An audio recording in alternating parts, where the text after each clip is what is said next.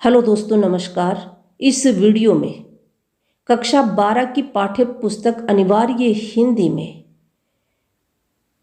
लेखक जैनेंद्र कुमार का जो निबंध बाजार दर्शन शामिल किया गया है, उस बाजार दर्शन निबंध के महत्वपूर्ण तथ्यों को करेंगे। लेखक का परिचय, उनके जीवन से संबंधित तथा उनके साहित्य से संबंधित महत्वपूर्ण तथ्य इससे पहले वाले वीडियो में कर लिए हैं। तो देखते हैं बाजार दर्शन निबंध के महत्वपूर्ण तथ्यों को। बाजार दर्शन, लेखक हैं जैनेंद्र कुमार। बाजार दर्शन जैनेंद्र का विचार प्रधान निबंध है। विचार प्रधान होने के साथ ही व्यंग्य का पुट है, उसमें बाजार की उपयोगिता बताई गई है। तो प्रश्न यहाँ पर बनता है कि बाजार दर्शन हिंदी साहित्य की कौन सी विधा है? तो निबंध है। और निबंध कैसा है? विचार प्रधान निबंध है। तो विचार प्रधान निबंध होने के साथ साथ में उसमें क्या है? व्यंग्य भी है। अगला तथ्य है, जैनेंद्र कुमार ने केवल बाजार का पोषण करने वाले अर्थशास्त्र को अनीति शास्त्र कहा है। अनीति शास्त्र किसे कहा है? जो सिर्फ क्या करे? बाजार का पोषण करे, उपभोक्ता का ध्यान न रखे, वो अर्थशास्त्र क्या है? अनीति शास्त्र है। लेखक ने पैसे को क्या क्या कहा है? एनर्जी, परचेजिंग पावर या गर्मी बताया है। पैसे के पावर का रस बैंक बैलेंस, माल असबाब जोड़ने और मनचाही खरीदारी में मिलता है। तो पैसे का रस कैसे मिलता है? बैंक बैलेंस बहुत सारा होना चाहिए, बहुत सारा माल असबाब होना चाहिए घर में, और मनचाही खरीदारी कर सके, वो क्या है? पैसे की पावर है।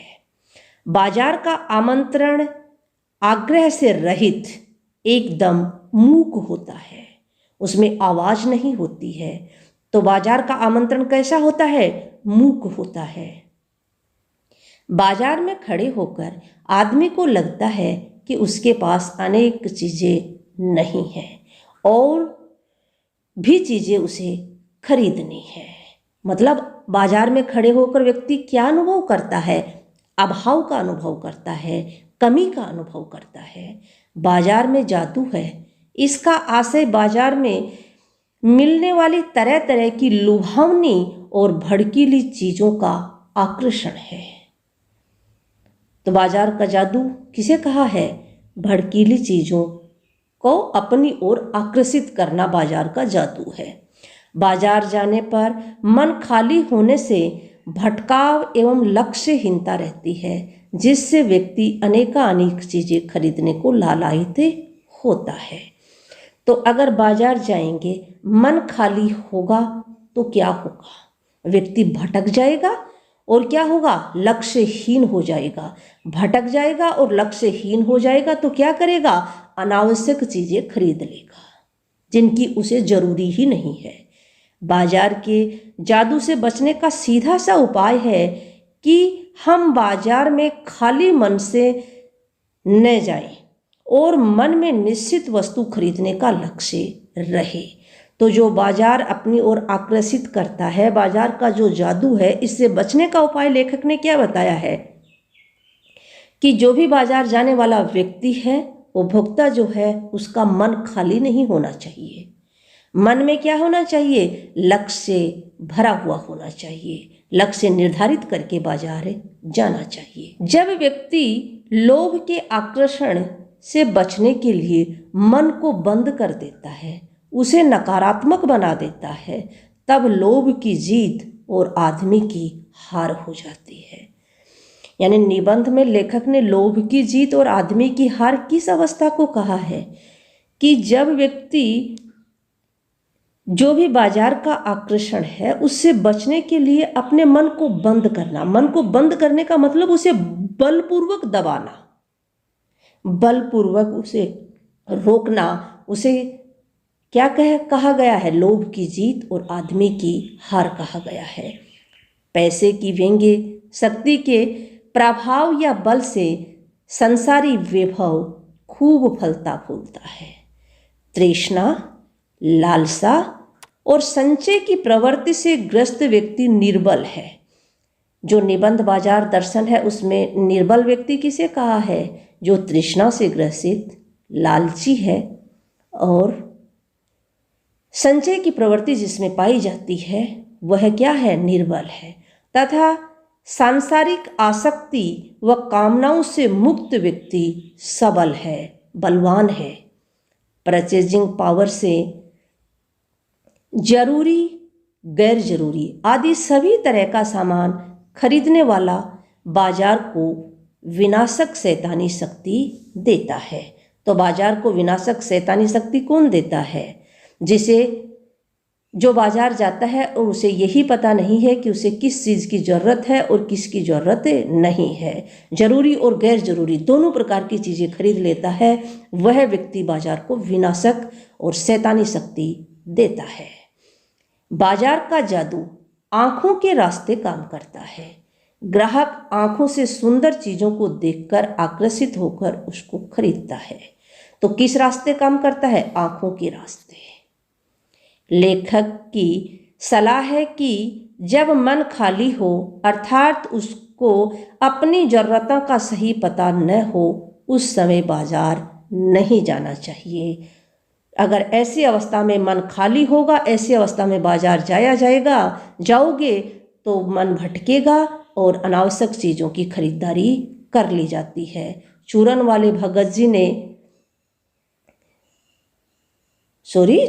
भगत जी से हमको ज़रूरत से ज़्यादा चीज़ें न खरीदने तथा आवश्यकता से ज़्यादा धनोपार्जन न करने की शिक्षा मिलती है। तो भगत जी से इस पाठ में क्या शिक्षा मिलती है? 2 शिक्षाएं मिलती हैं। एक तो कौन सी? जो आवश्यक है वही वस्तु खरीदनी चाहिए और जितनी आवश्यकता है उससे ज़्यादा धनोपार्जन भी नहीं करना चाहिए। पैसे देकर चीज़ें बाजार से खरीदी जाती हैं। जितना ज़्यादा पैसा उतनी ही ज़्यादा चीज़ें, यही पैसे की परचेज पावर है। फिजूल खर्ची का उत्तरदायी कोई एक व्यक्ति नहीं है। यह पति, पत्नी और पति के भारी मनी बैग के कारण होती है। तो फिजूल खर्ची के लिए कौन कौन उत्तरदायी है? पति भी उत्तरदायी है, पत्नी भी है, और इसके अलावा मनी बैग, पति का मनी बैग भी फिजूल खर्ची के लिए उत्तरदायी है। इस निबंध के अनुसार वह पैसे को जोड़ते जाते हैं। ऐसे मनुष्य को जो पैसा खर्च करने में नहीं जोड़ने में खुश रहते हैं, हम संयमी कहेंगे, हम उसको मितव्ययी भी कह सकते हैं।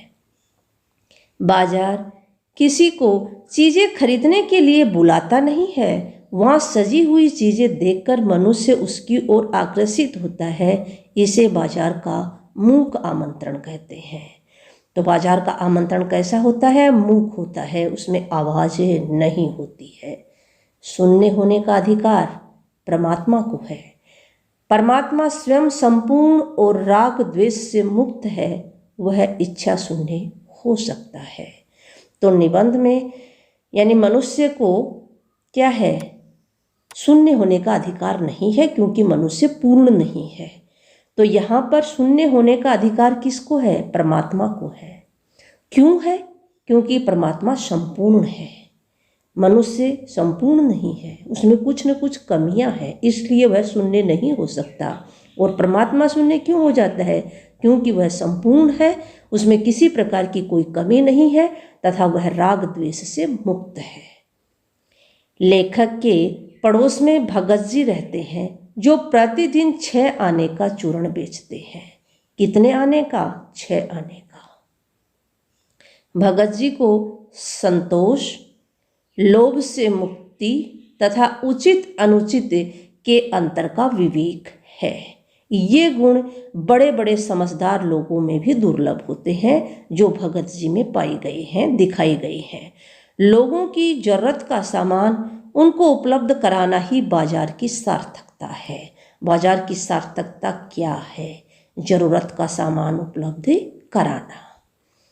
लोगों को विज्ञापनों से प्रभावित कर अनावश्यक चीज़ें खरीदने को प्रेरित करना बाजार का बाजारूपन है। बाजारूपन किसे कहते हैं? अनावश्यक चीज़ें खरीदने के लिए व्यक्ति को प्रेरित करना बाजार का बाजारूपन है। ग्राहक बाजार में चीज़ों को देखकर उनको खरीदने के लिए आकर्षित होता है। इस तरह बाजार आंख की राह काम करता है। आमंत्रण मुंह को होता है, रास्ता कौन सा है? आंख की राह काम करता है। बाजार में एक जादू है। क्या यह कहने का तात्पर्य है कि बाजार ग्राहकों को आकर्षित करता है? वहाँ सुंदर ढंग से सजी चीज़ों को देखकर मनुष्य उनको खरीदने के लिए मजबूर हो जाता है।